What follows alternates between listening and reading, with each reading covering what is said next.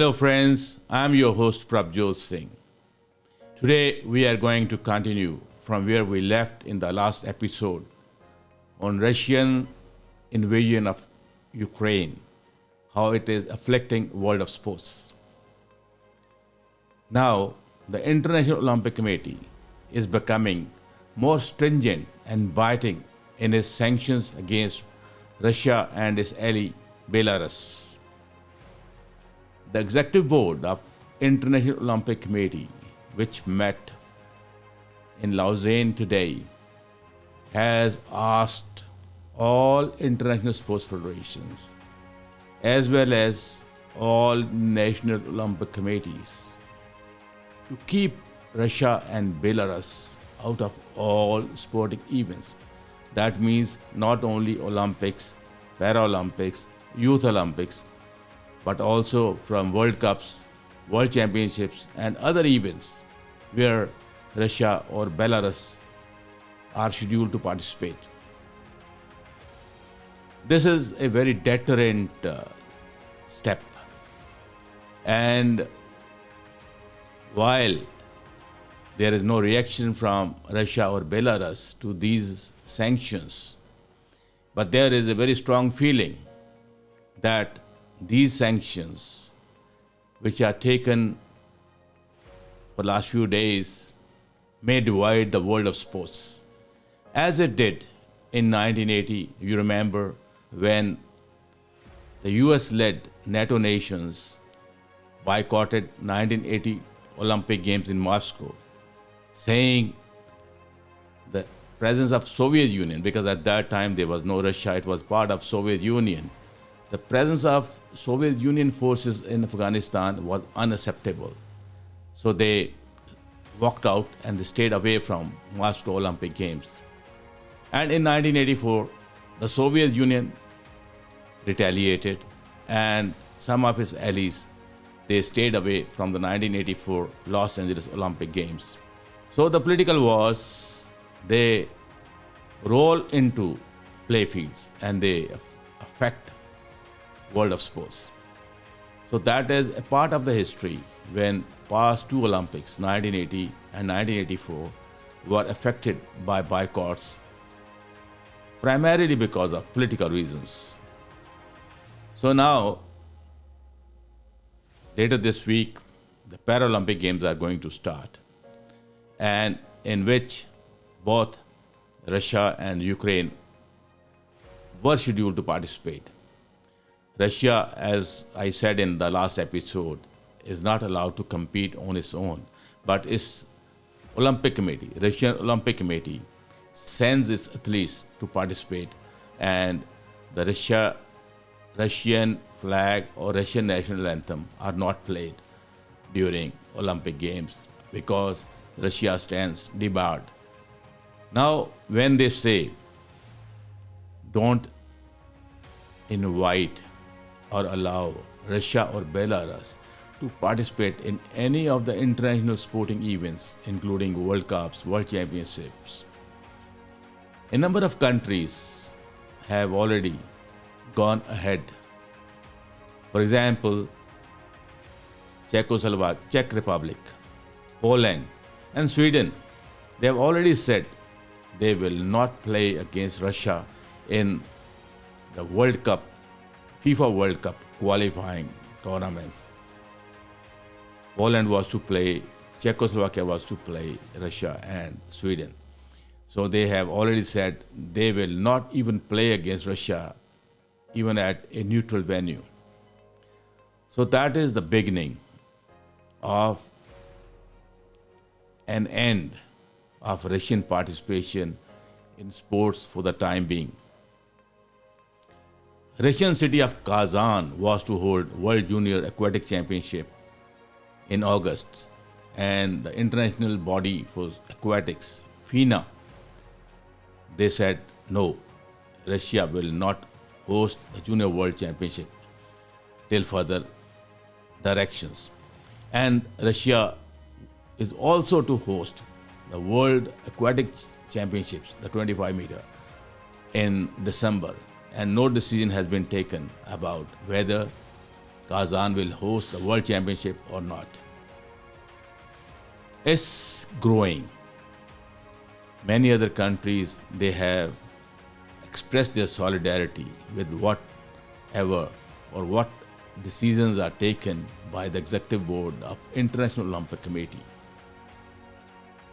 Even a World Skiing Championship, which was in progress at Sochi, was cancelled while some of the events were even halfway or even through semi-finals.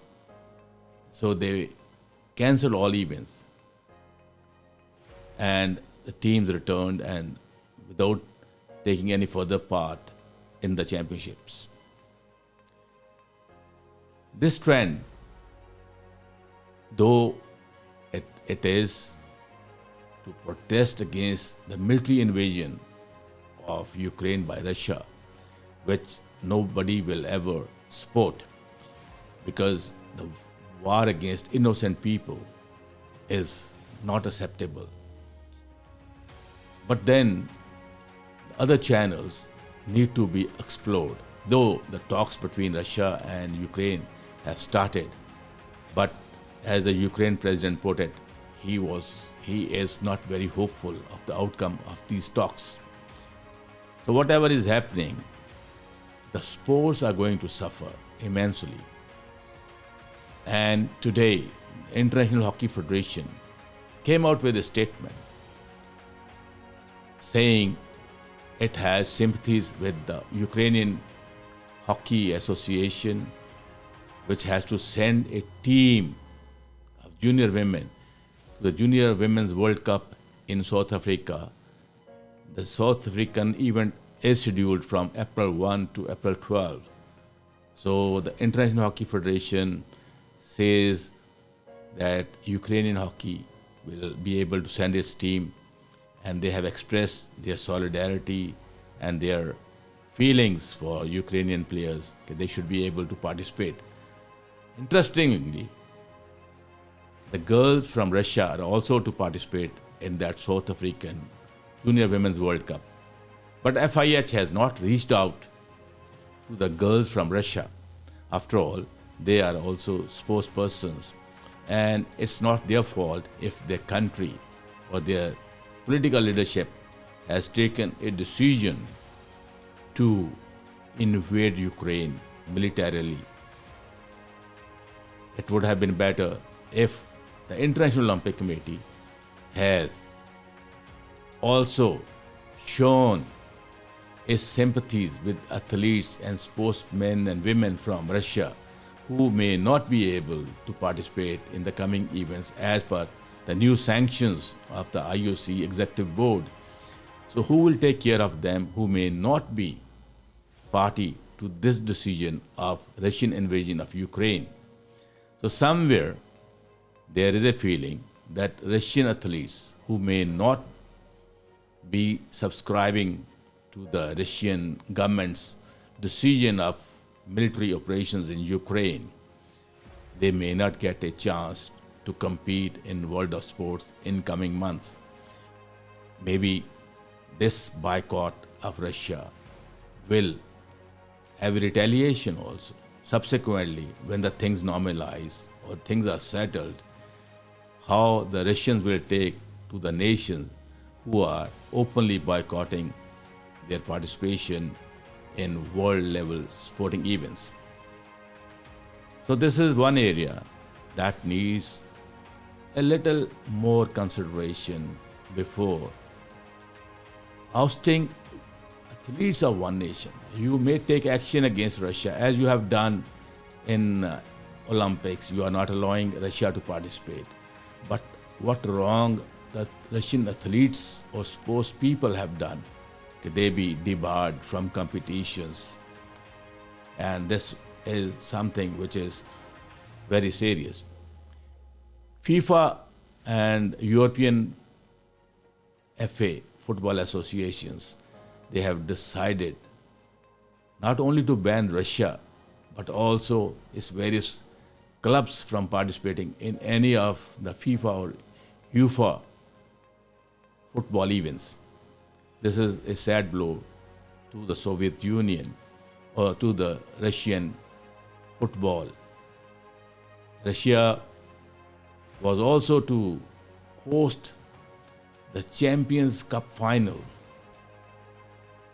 later this year.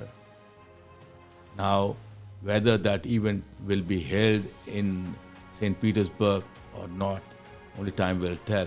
Most probably, it may not be held in Russia anymore because some of the football associations and even political leaders like UK Prime Minister, they are not keen that this final should be held in Russia. Some of the Russian athletes, including some tennis players, they have expressed their opinion openly, saying war is not solution. So they want peace and they want diplomatic channels to be used. So that voice should also be heard. Then going ahead with stronger and stronger sanctions. World needs negotiations for settling disputes, not confrontation. Confrontations never produce results. So let's hope better sense will prevail and things will improve and world of sports will keep away from politics. And as in the Olympics or Paralympics, the president of International Olympic Committee has been saying the world's politics and conflicts apart. Olympics as an event where athletes from all over, they live together under one roof and compete together. They sink their political differences and become one community, one world, and participate in Olympics and Paralympics. So that spirit should be honored, and hope so. Better things will prevail and military operations in Ukraine will end soon for a better, peaceful world of tomorrow. Thank you very much.